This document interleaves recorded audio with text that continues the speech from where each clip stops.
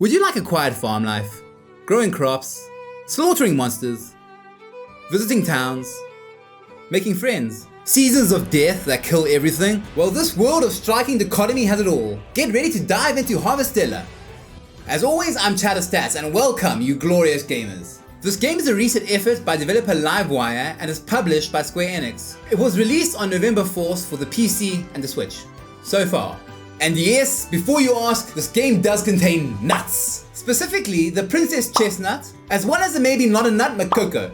I'm really not sure with this one. Regardless, this farming game does allow you to farm nuts. Wait, I'm getting ahead of myself. This game, Harvestella, is an action RPG with farming sim elements. This review was done for the PC and Steam Deck. I cannot say how it runs on the Switch. Funnily enough, Harvestella was originally meant to be a turn-based game. Not gonna lie, as a turn-based fanatic, that would have been amazing. But enough with the tangents. Let's dive properly into things.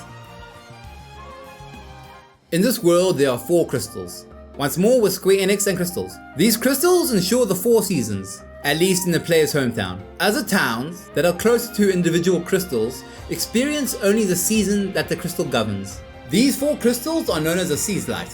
Seas Light? Ignoring that. Between each season, Quietus occurs. This is the season of death, where crops wither and die, and people must huddle inside their homes, lest they die outside too.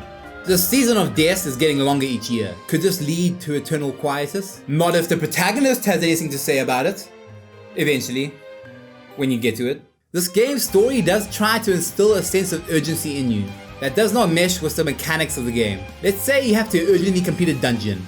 You will likely spend days in game going back and forth between it and your home, with farming in between, because dungeons are not meant to be completed in one day. There is a dichotomy between the urgency of the story beats and the relaxed nature the gameplay brings. It can throw some people off. Now the story is pretty balls to the wall here. There's time travel, existentialism, unicorns, fairies, an amazing story. Let's stop there. It's a big game with a lot of story. I really enjoyed it, despite the conflicting feelings they're left by clashing with the mechanics. In the beginning of the game, you investigate the big crystals. Let's call them that. Due to the odd events that can be tied back to them, this is used to introduce different towns and important characters. It's a good, if very long, jumping off point. There are side quests throughout the game. They range from touching to nonsensical, and also involve much traveling. Go to a place to talk to someone. They tell you to go to another place to talk to another person, etc. It's a strange daisy chain. Now don't get me wrong, I like most of the side quests, but I did find the constant back and forth tiring. You also get companion quests. These allow you to grow closer to that character, unlocking buffs for yourself. Lore-wise, you learn more about that character and help them with a character arc. Onto the gameplay. Wow, this is going to be a meaty section. There's quite a lot to cover. Firstly, this is an action RPG, so it contains real-time combat. Basically, push buttons to do attacks. It is a bit on the simple side. Don't go in expecting Devil May Cry, Dark Souls, or Monster Hunter. You even have to unlock the ability to dodge. Fortunately, the combat is given greater variety with the job system. You want to smack something with a sword? Throw lightning? Slash with poison daggers? You can! To go along with this, you can upgrade and gain new abilities using job points. These come from defeating enemies. The amount of job points you have stored vary from job to job. It is not one collected pool you spend from, but various pools for each job. There is also a stamina meter that is used up by attacking and using special moves. Annoyingly, for traversal, running chow through it, you regenerate stamina slowly over time. You cannot even attack if you lack stamina. Stamina only regenerates, however, if your stomach is not empty. Food is needed to fill your stomach up. Food also restores stamina and health, as well as providing various buffs. Here's the tip. Juice is your friend. Stuck at a tough encounter? Have a lot of juice prepared. Each character has one weapon tied to them, even the job-changing main character. There is a local blacksmith that upgrades these weapons for you. A mechanic used when exploring dungeons is building shortcuts for yourself. That way you can get back to where you were more conveniently. The trade-off though is that it takes time out of your day to build them. Onto the farming. While Harvestella may not have the most complex farming system out there, I think it is still enjoyable. There's plowing, seeding, watering. These actions use your stamina. You can expand the farm through the local town's renovator. Although, I'm not sure why the guy I hired to expand my farm left it full of rocks and boulders.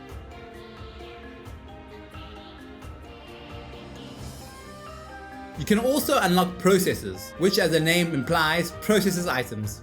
Now you can smoke your meat. To expand on the farming, there are fairies. They give you the big book of tasks. Each fairy has certain tasks they want you to do. These tasks can be as simple as harvesting a certain crop so many times. Why would you want to do this? For the rewards, of course! This is how you unlock recipes for crafting, such as processors and other items. Also, it unlocks enhanced farming abilities, like the expanded plow strike, or mass harvesting. There is one downside to these abilities, however. The fairies will always appear and use their catchphrase. Always.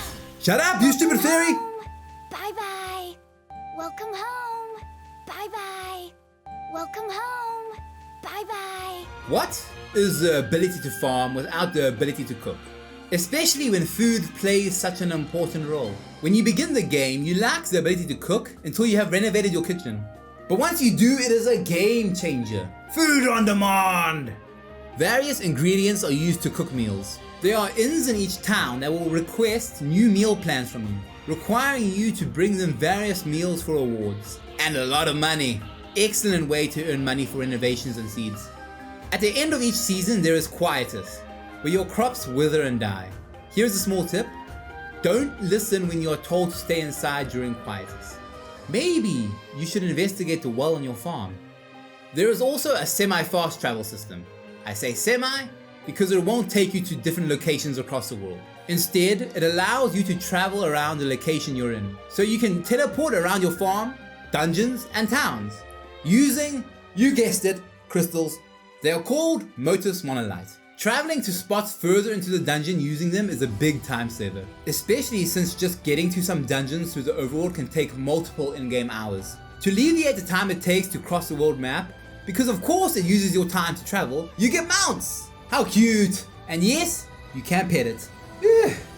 That's probably enough mechanics covered to give you a good idea about the game. Onto the game's appearance. This game is gorgeous. The visuals are absolutely stunning. Just look at it! The colors, the crystals, the coziness! I love the design of your home. Well, the first floor at least. The second is for statues, and I don't know why it exists. With such lovely scenery, it's a shame the same cannot be said for the animations. They can be rather stiff at times. It bothers me now and then, but generally I'm quite bad at noticing these things. Take that how you will. The soundtrack is also gorgeous. It's great at introducing a calm, mellow feeling. Has a great fantasy feel to it. I wonder why. This is the intro scene on the main menu and I really like it.